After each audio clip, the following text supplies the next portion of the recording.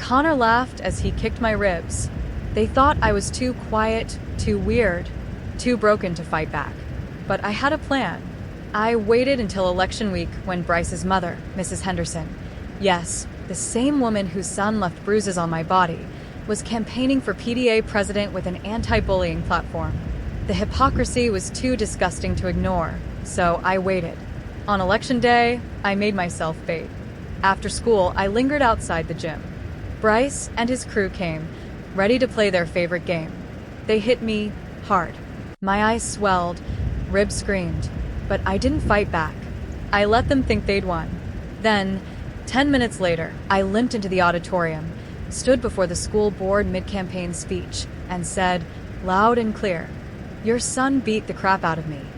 Gasps, whispers, chaos. Mrs. Henderson's face paled as she sputtered excuses about how kids with autism misunderstand social cues. But people saw my face, saw the bruise blooming over my cheek like a rotten flower, and some began to doubt her. Some, but not enough. She still won the election, though by a narrower margin than predicted. The next day, things got worse. Rumors spread.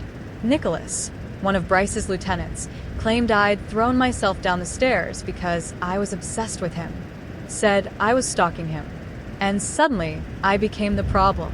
Alan moved his desk away from mine. Sophia cornered me with her minty breath and venom-laced insults. I ate lunch in a bathroom stall while the school decided I wasn't a victim, but a drama queen. The staff didn't help. One teacher changed my seat. Another avoided eye contact. And then Mrs. Henderson appointed Nicholas, a boy who once laughed while his friends filmed my breakdowns, as a peer counselor. As if that wasn't sick enough, they made me attend mandatory mediation sessions with him. Twice a week, he'd sit across from me, twist his smirk into fake concern, and write lies in his notebook that I was delusional, obsessed, unstable. They say school is supposed to be a place where you grow, learn, make memories, but for me, junior high was where I learned that monsters didn't just hide under beds. They walked hallways wearing name-brand sneakers and grins that fooled grown-ups. My name is Ava, and I have autism, not something that made me weak, just something that made the world a little louder, brighter, and harder to interpret at times. But until 7th grade, it was never really a problem. That changed when I stopped hanging out with Bryce Scallywag and his circle of plastic friends. Bryce, the boy with too much power and zero empathy, decided that if I wouldn't follow their script, I'd be their new favorite target. Suddenly, the hands that once fist-bumped mine turned into fists that slammed me into lockers. The same people who once sat beside me at lunch started posting videos of my meltdowns, mocking me on the school meme page.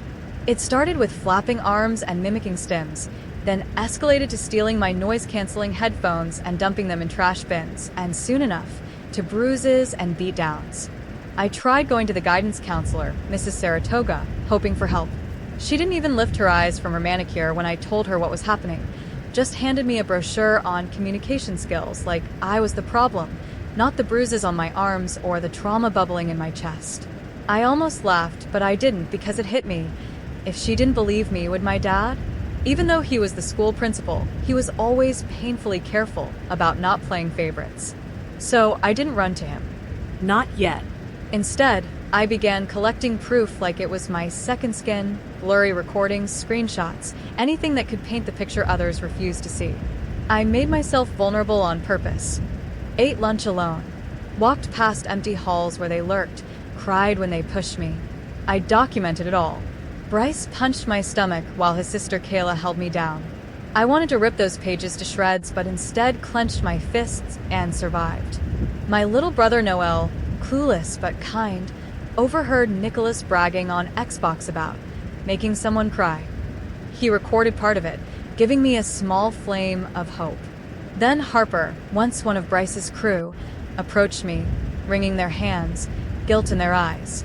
They'd seen the attack, but were too scared to speak up publicly. Said their dad worked for Nicholas's uncle. Fear kept mouths shut and fists moving. Meanwhile, Nicholas collected proof of my obsession. Photos of me at the mall, which he twisted into stalking, and screenshots of me viewing his profile, like that wasn't something everyone did. My bruises faded, but the lies stuck like tar. I began pulling out my eyebrows again. an old habit I thought I'd buried.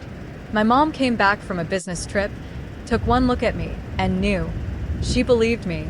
No questions, no doubt, just belief. We went through my phone, through every screenshot, every post. That's when she found a gold mine. Sophia's Instagram story from the day of the attack. You could see me walking alone toward the gym, timestamp and all. She also found a Snapchat Vincent sent that he thought disappeared. His bruised knuckles captioned, "Got him good," with a laughing emoji. Then we found Samantha. Her mom told mine that she too had been bullied by Nicholas, but had stayed quiet out of fear. Samantha had kept a diary, and it became part of our arsenal. My mom organized it all: evidence, timelines, statements. We presented it to the school board. Mrs. Henderson tried to silence us, claimed public meetings weren't the place, but my mom powered through. Slide by slide, she revealed the truth. The room shifted. Then Harper, trembling, stood up and spoke. They confirmed everything. Diana, another student, admitted to seeing Vincent dump my backpack into toilets. Arden, previously silent, said he'd refused to share meme posts, but knew others who had. Even a lunch monitor confessed she'd seen too much and said nothing.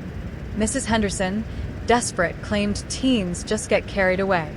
Someone laughed. The board voted for a formal investigation. Nicholas got a 2-week suspension. Vincent got 1. Sophia skated free. Mrs. Kendall, the guidance counselor who once handed me a communication brochure, kept her job but was forced to take anti-bullying training. My dad used his remaining days as principal to pass a watered-down but meaningful anti-bullying policy before retiring. The investigation confirmed Nicholas had a history. He'd stay at school but now had counseling and community service. I'd see him sometimes in the hallway.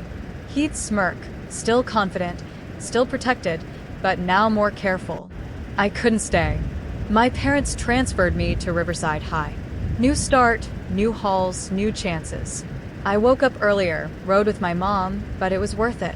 Nobody knew my story. Nobody judged my stims. Teachers saw my mind, not just my diagnosis. I joined robotics, found joy in coding, made friends who liked me for me. 6 months later, more kids came forward. Nicholas couldn't hide anymore. Mrs. Henderson stepped down. Publicly, it was for personal reasons. Quietly, justice had been served. When I graduated, it was with honors and hope. My dad cried. My mom took a million pictures. Noelle cheered like a maniac. And I walked that stage knowing I had survived something that tried to destroy me, and in doing so, became someone unbreakable. Thank you so much for watching this full story on Kindle Stories. If this story moved you, made you think, or simply kept you hooked, please hit that like button, subscribe to the channel for more true life narratives, and share your thoughts in the comments below. We'd love to hear from you. Until next time, stay strong, stay kind, and never be afraid to speak your truth.